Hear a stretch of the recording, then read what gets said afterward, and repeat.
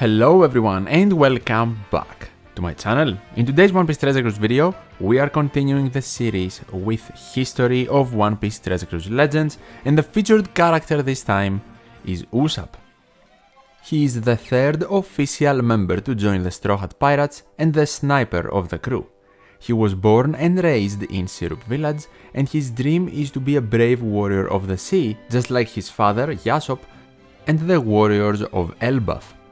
Even though he left the crew during the early events of Water 7, he fought beside them as Sniper King in Enies Lobby and rejoined soon after. In One Piece Treasure Cruise, he appears in a total of 7 legends, but surprisingly enough, even though he's one of the oldest Straw Hats, he is only solo in 2 of them.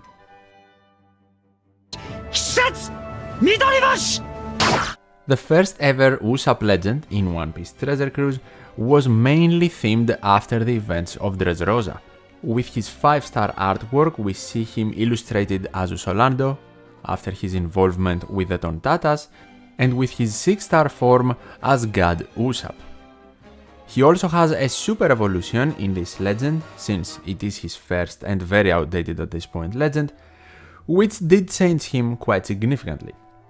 It is actually a side grade and not a direct upgrade. Specifically for God Usopp, not really a very special unit, I would say, and overall, throughout his legends, we are going to notice a theme of him being able, in some capacity, to delay enemies. His Super Evolution artwork also pivoted away from the Dressrosa theme, focusing on his Mitoriboshi attack from the Fishman Island arc.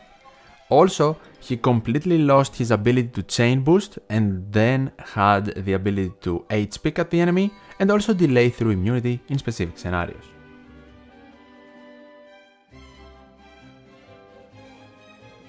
Surprisingly enough, the second legend appearance Usopp ever got was with the One Piece Day legend of the V1 Straw Hats, the special illustration for One Piece 1000 Logs. Overall, throughout the history of OPTC, we mainly see Usopp get rare recruits alongside legend badges with either Luffy, Zoro or Sanji headlining, or maybe someone else from a specific moment. Once again though, in this legend, the theme of delaying the enemy is present, since each Straw Hat appearing in the artwork, all 10 of them, have something included in the kit of said legend. And this legend is also Usopp's first and only Super type legend. For the next Usopp legend, we have to move forward all the way to the Battle of Onigashima, where he is in a dual unit alongside Nami. This is actually his second Sai appearance, and the second legend he gets back to back, where he is alongside Nami in the illustration and the unit. This unit had the ability to increase the attack timer of the enemy through the Captain ability, but it was something very clunky, and overall the Captain ability, not being that strong, resulted in this legend mainly used as a crewmate, where, of course, they can delay the enemy because Usopp is present, and they can also remove paralysis, special bind, and provide a color affinity boost to specific classes. Usopp also grants Nami her only Shooter class legend.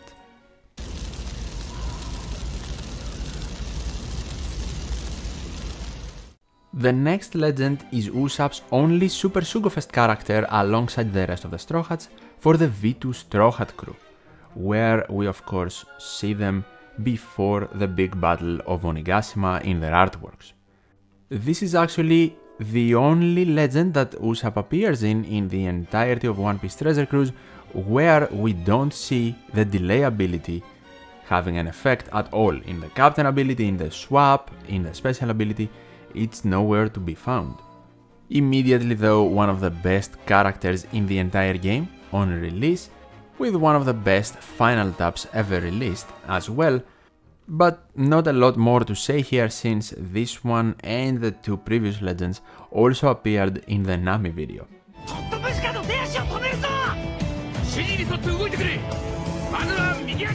Another dual legend follows for Usopp, but this one is a movie-specific legend for Film Red, when he was alongside his father, quote-unquote, fighting Tot Musical. Of course, both the unevolved and evolved forms of these characters are from the film, and this is one of the strongest Usopp legends in the game actually, and that is because of the strong combination of damage boosting. Not only do we get a base attack boost, if the captain is free spirit or shooter, they also delay the enemy even through immunity, and they provide a conditional attack boost, which is awesome.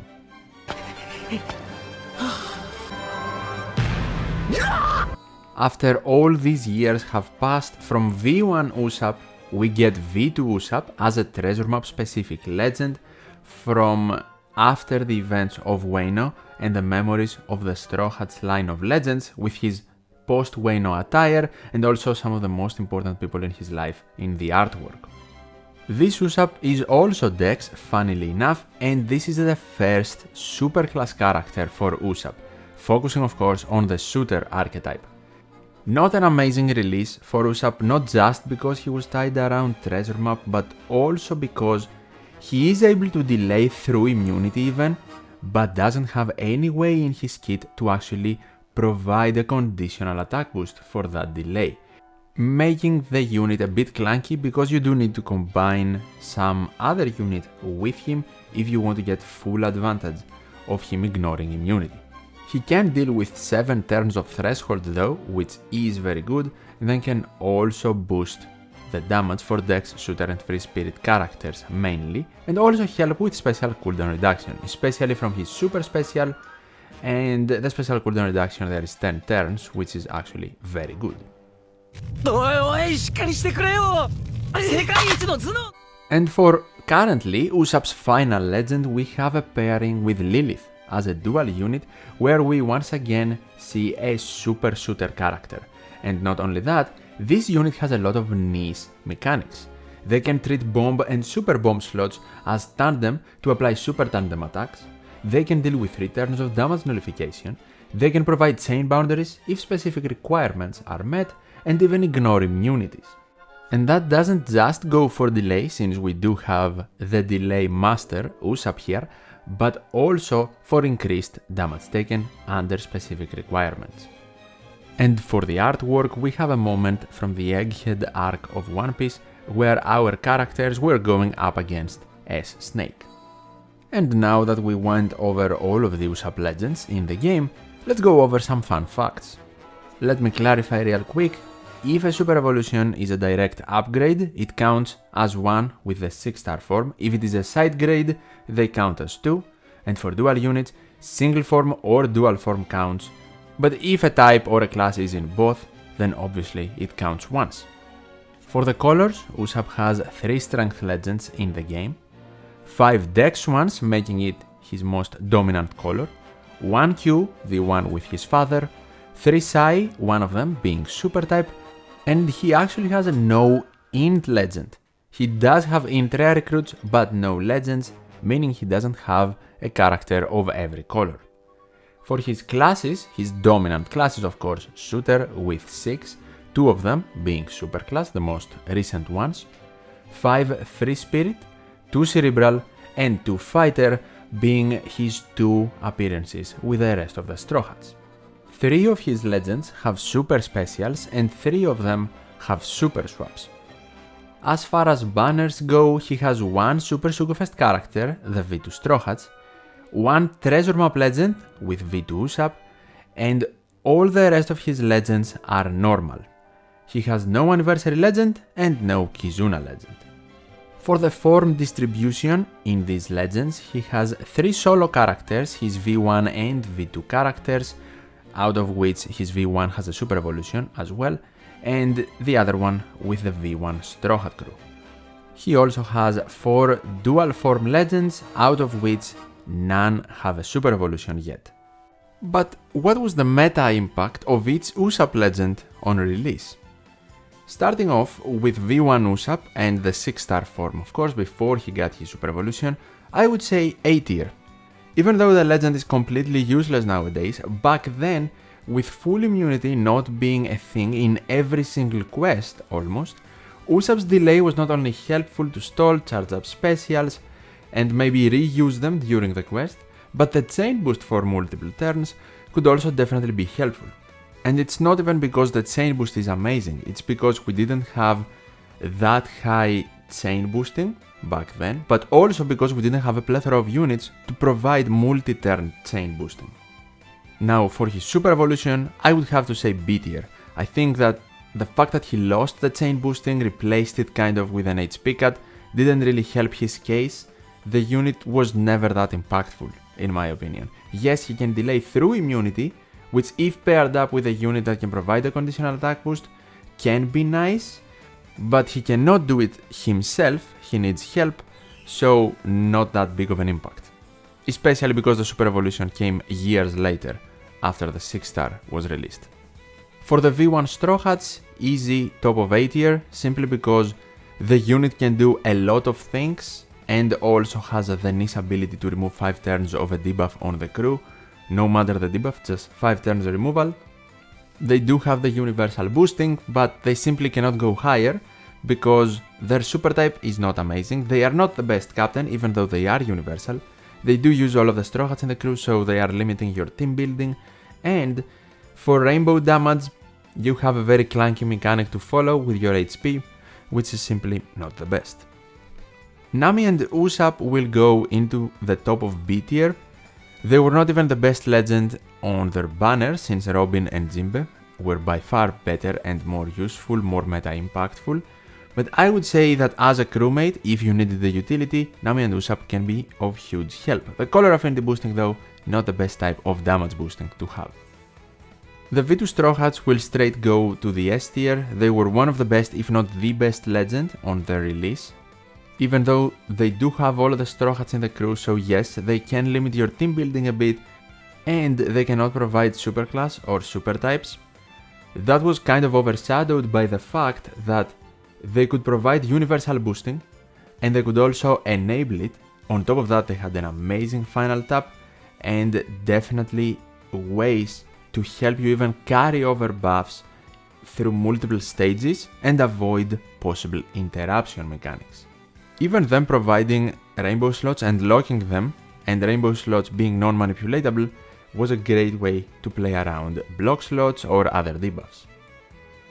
Usopp and Usopp will go into the top of A tier. I was considering S tier, but I don't think the release was on the same level as the V2 Straw Hats, simple enough. But this was a unit with high future potential as well because of the unique combination of damage boosting as well as characters, because Usopp and Usopp do not have tons of units in the game, so they can be put in different team compositions. If your character is a free spirit or a shooter, being able to provide not only the delay through immunity, but also the conditional attack boosting for that delay is simply amazing, and exactly what V1 6 Plus Usopp was missing.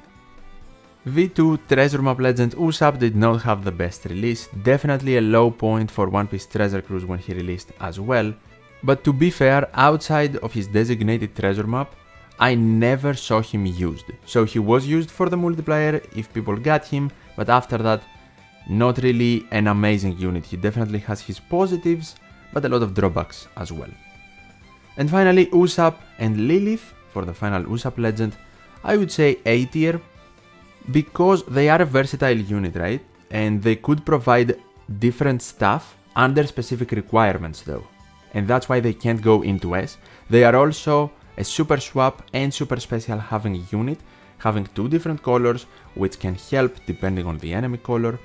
Rare combination of characters as well, but at the same time, you might simply find what you're looking for under requirements from this unit from another unit, and just use that unit instead. The bomb and super bomb mechanic is definitely unique and nice that they have it, and they can enable different super tandem attacks, which is nice. We have to also mention the ability to apply increased damage taken perhaps, and chain boundaries, and we do see here one of the best Usopp legends, but they can't go on the same level as the V2 Straw Hats. Now let's rank the characters based on their current value if you do have them available in your box. Yes, majority of content nowadays revolves around the boosted list, so if they're not boosted, most likely useless, but let's try and do the tier list anyway. God Usopp is completely useless, so I would say C tier. V1 6 plus Usopp, I guess because he can ignore immunity, maybe a tier higher, but still not that useful. The V1 Straw Hats, probably B tier, because the boosting they can provide, even though it is universal, it's not that high for today's standards. And on top of that, all of the Straw Hats are in the crew, and the Straw Hats are getting more and more amazing legends, so that is definitely a limiting factor. But if you do need the 5 turns of Nis debuff removal for something on the crew, then they can definitely be important to own. Nami and Usopp, because their damage boosting comes mainly from a color affinity boost, and the combination of classes is a bit weird with Cerebral and Shooter, I cannot put over B, so I will place them under the Straw Hats. The V2 Straw Hats, even though they are not the best legend in the game anymore, are still good to own for specific scenarios. I would say they are in the A tier, but not one of the best legends. Usopp and Usopp will go into the S tier. I think they are kind of the opposite of the V2 Straw Hats, because in one hand the V2 Straw Hats, even though they had a very high release point, they started losing value because better Straw Hats legends are releasing and you want to use them separately. Their multipliers are not amazing for today's standards, so you can get more damage, and yes, they still have their positives, but more negatives are starting to appear now, and even the universal enabling for boosting is not the best with so many specific characters for classes or colors. And then for Usopp Usopp, on the contrary, because they have the unique combination of boosting and character appearance in the legend, because we don't have a lot of great Usopp legends, let's not lie, and we don't get a lot as well, and Usopp does not have a lot of units in the game in general, these two can be used in a lot of situations. Free Spirit is one of the best classes in the game, and if your captain is Free Spirit, you get a very good combination of damage boosting that not a lot of units provide. It's not the simple attack boost or boost color affinity boost. So as I mentioned in the previous tier list, they had future potential when released, and they are still relevant now, or they can be relevant. Then with Treasure Map Legend Usopp, I would say he's probably B tier. You are probably only going to use him if you want an Usopp unit in the team with 7 turns of Threshold removal. If you have another way to remove Threshold and find other advantages better than what this Usopp can provide, you're probably going to use another character. I can't really see him being used, to be honest, if you don't need the high threshold removal. And then we have the most recent legend that I have to place in the A tier for that reason as well, Usopp and Lilith. Because they provide unique stuff, even though under the requirements, I would say that because they are the most recent legend, they are more valued than someone like V1 God Usopp, obviously. So they go into the top of A tier. And for the final tier list, let's rank the top 5, in my opinion, artworks for Usopp legends. I will kind of exclude the Straw Hat specific ones, because I think the V2 Straw Hats have an amazing artwork, but Usopp is not that involved in it, and this is an Usopp tier list, so I'm not going to use the Straw Hat ones. I would say the best Usopp artwork is the V1 6+ one with his Mitoriboshi. The second one, probably the V2 Usopp one with Kaya in the background and his former crew in Syrup Village. Number 3 and 4, I will go with the 6-star and then the 5-star version of Usopp and Usopp from Film Red, pretty nice artworks. And for number 5, Usopp and Lilith, the most recent one. And these are all of the rankings and the full One Piece Treasure Cruise legend history for Usopp. If you missed out on the Nami episode, you can check it out by clicking the video on the left, and you can also leave me character suggestions in the comments for future episodes. If you enjoyed this video or you like this series and you want to continue, leave a like and a comment, I would really appreciate it. And as always, thank you so much for watching, take care, and I'll see you in the next one.